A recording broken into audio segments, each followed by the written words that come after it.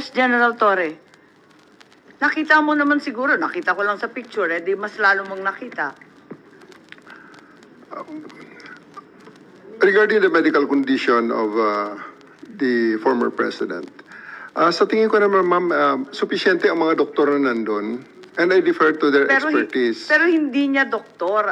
Ayon sa batas, Andun, siya ma'am, ang may picture. pipili ng doktor. Ma'am, may picture tayo rito na may doktor siyang sarili galing sa sa Cardinal Santos. Babae po yun, nakaputing t-shirt.